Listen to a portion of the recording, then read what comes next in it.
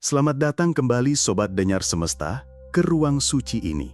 Sebuah oasis spiritual di tengah badai kehidupan modern yang tak henti-hentinya. Di sini, kita bukan sekadar berbincang.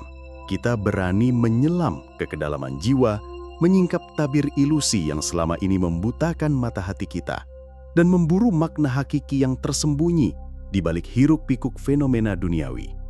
Pernahkah kamu bertanya pada diri sendiri, mengapa hidup ini terasa seperti perjalanan tanpa peta? Mengapa kita sering merasa hampa meski dikelilingi kemewahan?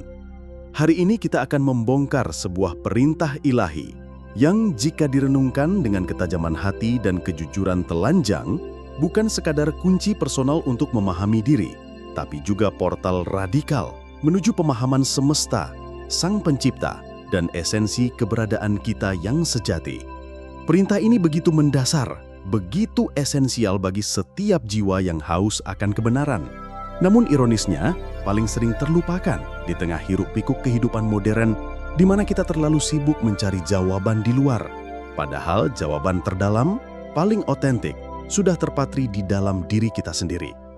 Bayangkan, apa jadinya jika kita hidup tanpa pernah membaca manual instruksi dari pabrikannya? Kita akan tersesat, frustrasi, dan tak pernah mencapai potensi penuh. Itulah yang terjadi ketika kita abaikan perintah ini. Iqra' kitabaka, perintah Tuhan yang paling banyak dilupakan. Kita semua akrab dengan wahyu pertama yang menggema sepanjang sejarah. Iqra', bacalah. Panggilan universal ini membangkitkan visi tentang ilmu, hikmah, dan pencerahan transendental yang melampaui batas akal semata. Pikiran kita langsung melayang ke mushaf Al-Quran, lembaran-lembaran kalamullah yang agung, yang memang menjadi sumber utama kebijaksanaan ilahi. Memang benar, membaca kitab suci adalah gerbang awal menuju samudra kebijaksanaan ilahi, sebuah panggilan untuk menyerap firman Tuhan yang tertulis. Namun, di balik interpretasi yang berlapis, perdebatan teologis yang tak habis-habisnya, dan upaya hermeneutik yang mendalam, ada bisikan ilahi yang sering terlewat. Sebuah kode rahasia yang bukan tambahan semata, melainkan inti dari pemahaman ontologis, pemahaman tentang hakikat keberadaan. Apakah kamu pernah merasa bahwa membaca Al-Quran saja belum cukup untuk menyentuh kedalaman jiwa? Itulah karena ada lapisan lebih dalam. Bukan sekedar bacalah secara umum yang bisa diartikan sebagai seruan untuk mengeksplorasi pengetahuan eksternal, melainkan Iqra' kitabaka, bacalah kitabmu sendiri. Ya sobat, bukan kitab saya, bukan kitab ustadz, bukan kitab leluhur atau filosof barat timur seperti Plato atau Confucius, tapi kitabmu yang unik, yang ditulis oleh tangan tak terlihat, sang arsitek semesta. Ini bukan fatwa baru atau tafsir rekayasa. Ini adalah penekanan pada dimensi esoteris yang telah ada sejak azali, tapi luput karena kita terlalu fokus pada eksternalitas, pada ritual luar, doktrin kaku, dan pencarian di luar diri. Perintah ini adalah undangan langsung dari Sang Pencipta, personal, intim, dan mendalam kepada setiap jiwa untuk menyelami arsip kosmiknya sendiri. Dalam tradisi Sufi, ini dihubungkan dengan ayat Al-Quran Surah Al-Isra 17 ayat 14, Iqra' kitabaka, bacalah kitabmu, yang awalnya merujuk pada catatan amal di hari penghakiman, tapi dalam tasawuf diinterpretasikan sebagai panggilan untuk membaca kitab diri di dunia ini sebelum terlambat. Bayangkan, jika kita bisa membaca catatan itu sekarang, bukankah hidup kita akan berubah? Ini memantik pertanyaan, sudahkah kamu mulai membaca halaman pertama dari kitabmu sendiri? Apa gerangan kitab yang dimaksud? Lapisan ontologis diri yang multidimensi. Disinilah letak paradoks yang membingungkan, sekaligus mencerahkan. Sebuah teka-teki yang mengajak kita berpikir ulang tentang siapa kita sebenarnya. Banyak yang menganggap kitab ini sebagai metafora poetis belaka, sesuatu yang abstrak dan tidak nyata. Namun, dalam tradisi tasawuf, kearifan mistik Islam, dan bahkan filsafat perennial yang melintasi budaya, kitab ini sangat literal meski tak kasat mata fisik. Ini adalah kalamullah yang mewujud dalam bentuk eksistensial, Jika Al-Quran adalah firman Tuhan yang dibukukan untuk dibaca dengan mata kepala, maka kamu, sobat, adalah firman Tuhan yang dihidupkan, diperankan, dan diaktualisasikan dalam setiap hembusan napasmu. Kamu adalah living scripture, sebuah manuskrip bergerak yang dititipkan Tuhan kepada esensinya sendiri. Lebih dekat dari urat napasmu, seperti disebut dalam Qs, Qof, ayat 16, lebih intim dari pikiran bawah sadarmu yang paling rahasia. Dalam ajaran Sufi, ini disebut sebagai Kitab Al-Nafs atau buku jiwa, di mana setiap manusia adalah ayat hidup dari ayat-ayat Tuhan. Kitab ini berisi blueprint penciptaanmu yang multidimensi, bukan hanya DNA biologis yang mengkode fisikmu, tapi juga DNA spiritual yang menyimpan arketip jiwa, pola dasar yang membentuk kepribadianmu sejak lahir. Di dalamnya tersemat potensi terbesarmu yang belum tereksplorasi, bakat-bakat ilahi yang menunggu penggalian seperti harta karun tersembunyi di gua hati. Ia mencatat luka-luka masa kecil yang membentuk neurosis dewasa, trauma yang membelokkan lensa persepsimu terhadap realitas, pola-pola siklik seperti hubungan toksik yang berulang, ketakutan irasional yang melekat, atau kebiasaan destruktif yang sulit dilepaskan. Semua ini adalah ayat-ayat, tanda-tanda ilahi yang merekam passion yang pernah membara tapi terkubur di bawah ekspektasi sosial, impian yang dimatikan oleh norma kolektif, dan bahkan jejak karma spiritual dari perjalanan jiwa lintas waktu. Ini adalah arsip kosmik, rekaman holografik dari evolusi jiwamu yang jika dibaca mengungkap hukum sebab akibat universal dalam skala mikro. Pertanyaan untuk direnungkan: apa ayat pertama dalam kitabmu yang selama ini kamu abaikan? Apakah luka itu atau potensi yang terpendam? Dalam Sufism, membaca kitab ini berarti mengenali nafs atau diri sebagai cermin Tuhan seperti yang diajarkan para Sufi Agung. Ini bukan sekadar teori, ini adalah panggilan untuk bangkitkan kesadaran bahwa kamu adalah masterpiece Tuhan yang hidup. Mengapa perintah ini begitu banyak dilupakan? Psikologi penghindaran diri dan alienation modern. Gunakan pertanyaan krusial yang harus kita ajukan pada diri sendiri. Mengapa perintah ini terlupakan, bahkan oleh mereka yang rajin beribadah? Jawabannya tajam dan sederhana, tapi menyakitkan. Karena membaca kitab orang lain jauh lebih mudah dan nyaman daripada menghadapi kekacauan internal kita sendiri. Lebih gampang berdebat tentang syariat eksternal, halal haram biner, doktrin ortodoks, atau tafsir otoritatif daripada duduk diam dan menatap cermin jiwa yang mungkin retak. Kitab diri sering berantakan, penuh coletan trauma, pertanyaan eksistensial yang ambigu, dan yang paling menakutkan, bayangan atau shadow self yang kita tolak. Sisi gelap yang Carl Jung sebut sebagai aspek tak sadar yang menuntut integrasi untuk mencapai wholeness. Dalam era digital ini, kita melarikan diri melalui distraksi tak berujung, kesibukan karir yang membunuh jiwa, kebisingan media sosial yang memalsukan realitas, proyeksi kesalahan ke orang lain, atau bahkan ritual religius yang mekanis tanpa introspeksi mendalam. Akibatnya, kita hidup sebagai orang asing di rumah jiwa sendiri, tersesat, mudah tersinggung, marah irasional, dan menyalahkan nasib atau sistem luar. Kita menjadi korban narasi kita sendiri karena tak membaca manual instruksi paling pribadi. Ini adalah alienasi eksistensial. Hidup di dunia, tapi gagal hidup di dalam diri. seperti yang digambarkan Jean-Paul Sartre sebagai bad faith, penipuan diri yang menghalangi kebebasan autentik dan pertumbuhan sejati. Bayangkan, berapa banyak konflik dunia yang sebenarnya berakar dari ketidaktahuan diri ini, dari perang hingga pertengkaran rumah tangga. Semuanya bermula dari jiwa yang tak terbaca. Ini memantik kesadaran. Apakah kamu siap menghadapi kegelapanmu untuk menemukan cahaya?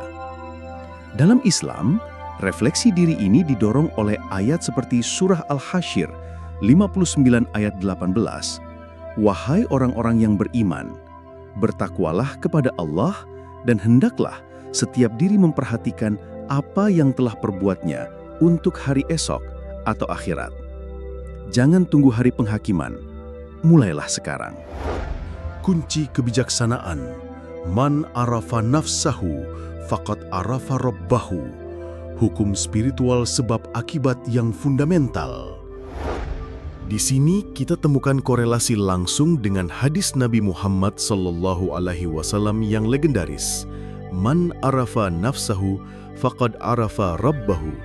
Siapa yang mengenal dirinya, maka ia mengenal Tuhannya. Ini bukan puisi romantis atau ungkapan filosofis yang indah semata. Ini adalah hukum spiritual fundamental, mirip prinsip fisika. Sebab self-knowledge menghasilkan akibat, divine knowledge. Asalnya dari tradisi hadis, meski beberapa mengklasifikasikannya sebagai pepatah sufi, tapi esensinya tetap. Pengetahuan diri adalah jalan menuju pengetahuan Tuhan. Kamu tak bisa mengenal sang pelukis tanpa mendalami lukisannya. Dan lukisannya yang paling rumit, dirimu sendiri. Mikrokosmos yang mencerminkan makrokosmos, seperti yang diajarkan filosof Islam seperti Ibn Arabi dalam konsep insan kamil, manusia sempurna, di mana manusia adalah cermin sempurna dari sifat-sifat Tuhan. Mengenal diri bukan narsisme egois, melainkan kerendahan hati ontologis. Mengakui percikan ilahi, ruh Allah dalam diri, sebagai tanda kebesarannya, seperti dalam surah Ar-Rum 30 ayat 22, yang menekankan keragaman ciptaan sebagai ayat untuk mereka yang berpengetahuan. Dengan menyingkap lapisan demi lapisan, dari ego superficial ke esensi suci, kita mengungkap sifat-sifat Allah Asma'ul Husna yang termanifestasi, Al-Rahman dalam belas kasih kita, Al-Hakim dalam intuisi kita, Al-Qadir dalam potensi kita. Pertanyaan yang mengajak berpikir, jika mengenal diri berarti mengenal Tuhan, mengapa kita masih merasa jauh darinya? Jawabannya, karena kita belum benar-benar mengenal diri. Ini membangkitkan kesadaran bahwa jalan spiritual bukan keluar, tapi ke dalam, sebuah revolusi jiwa. Bagaimana caranya membaca kitab ini? Metode praktis dari mata kalbu yang terintegrasi. Pertanyaan logis yang muncul di benak setiap pencari, bagaimana membaca kitab tanpa huruf, tanpa halaman fisik? Ini bukan bacaan literal dengan mata kepala, basar, tapi dengan mata kolbu, basiroh, indera spiritual yang melihat esensi di balik fenomena, seperti disebut dalam QS Al-An'am 103. Prasyarat utama, keheningan total, bukan hanya fisik, tapi juga mental. Diamnya monkey mind yang terus berkomentar, merencanakan, dan menghakimi. Dalam tasawuf, ini adalah fondasi untuk mencapai makrifah, pengetahuan intuitif tentang Tuhan. Praktik tajam dan mendalam untuk membaca kitab ini. 1. Meditasi atau zikir kolbu. Duduk diam di tempat tenang, pejamkan mata, tarik napas dalam secara perlahan. Amati pikiran dan emosi sebagai pengamat netral, tanpa judgement, tanpa intervensi. Setiap pikiran adalah kata, setiap perasaan adalah kalimat yang mengungkap pola bawah sadar. Ini seperti mindfulness sufi, biarkan awan pikiran lewat, ungkap langit hati yang jernih. Mulai dari 5 menit, tapi dalami hingga trance-like state untuk insight mendalam. Dalam tasawuf Islam, zikir kolbu dikenal sebagai zikir tersembunyi atau zikir khafi, di mana lafaz seperti subhanallah atau la ilaha illallah diucapkan dalam hati tanpa suara, membersihkan hati dari penyakit seperti riya, atau pamer, dan ujub atau sombong, serta memberikan kedamaian jiwa yang tak tergantikan oleh hal duniawi.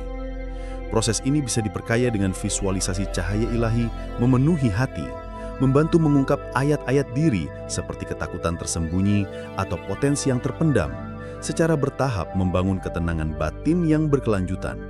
Pertanyaan untuk direnungkan, apa yang muncul pertama kali saat kamu diam? Itulah ayat awal kitabmu.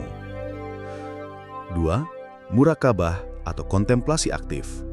Lebih dari observasi pasif, ini perenungan dialogis yang mendalam. Tanya pada dirimu, apa akar perasaan ini? Apa pesan ilahi di baliknya? Bagaimana ini mencerminkan sifat Tuhan dalam diriku? Ini seperti eksegesis diri, kontekstualisasi emosi sebagai ayat hidup, mengungkap trauma sebagai pelajaran transformatif. Dalam perspektif tasawuf, murakabah adalah kesadaran penuh bahwa Allah senantiasa mengawasi, seperti dalam Qiyas Al-Hadid ayat 4, di mana praktisi melepaskan diri dari duniawi untuk fokus pada dosa, kelemahan, dan keutamaan jiwa, memoles hati untuk mengungkap sifat virtuous. Adaptasi modernnya mirip mindfulness Islami, di mana waktu tertentu dialokasikan untuk tawajuh atau perhatian penuh kepada Allah, membantu mengatasi pikiran negatif dan membangun hubungan spiritual yang lebih dalam. Kamu bisa memperluasnya dengan mencatat insight yang muncul, seperti mengidentifikasi pola emosional yang berulang dan menghubungkannya dengan ayat Al-Quran terkait untuk pemahaman yang lebih holistik, akhirnya membawa pada transformasi perilaku sehari-hari. Ini memantik pemikiran. Apakah murakabah bisa mengubah kebiasaan burukmu? Ya, karena ia membangkitkan kesadaran akan pengawasan Tuhan yang konstan. Ketiga, muhasabah atau introspeksi evaluatif. Baca melalui pengalaman hidupmu.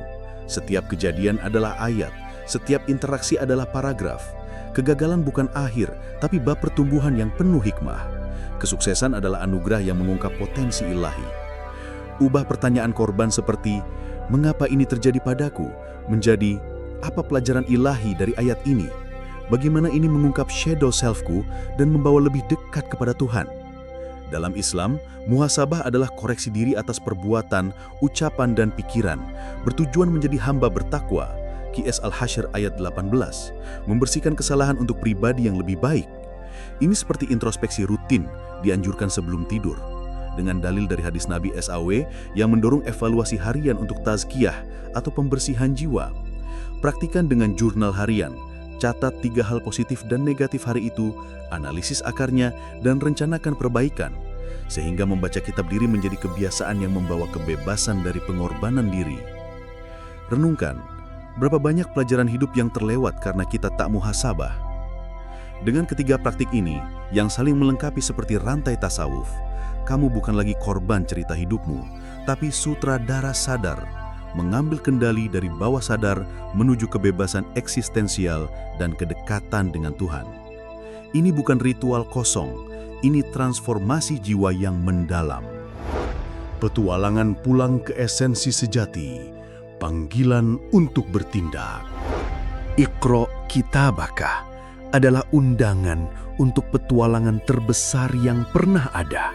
Inward journey ke esensi sejatimu, di mana kamu akan menemukan bahwa semua puji memang hanya milik Allah.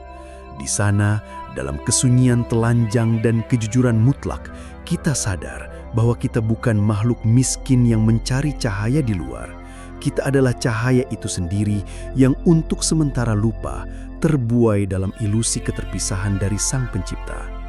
Membaca kitabmu berarti membaca firman-Nya. Mengenal dirimu berarti mengenal Dia, membawa kebebasan, kedamaian, dan cinta tak terbatas yang melampaui batas duniawi. Ini membangkitkan kesadaran bahwa hidup bukan tentang akumulasi harta, tapi akumulasi ma'rifah, pengetahuan hati. Coba hari ini sobat, ambil waktu 5 menit saja untuk diam. Tarik nafas dalam dan tanya, ayat apa yang hidupku bacakan sekarang? Apa yang ingin kitab diriku sampaikan? Bagikan di komentar Pengalaman kecilmu bisa jadi pencerahan bagi yang lain, membangun komunitas pencari yang sadar. Subscribe dan nyalakan bel untuk jelajah lebih dalam bersama-sama, membongkar rahasia semesta yang tersembunyi di dalam diri. Sampai jumpa di petualangan berikutnya. Salam damai dan cahaya.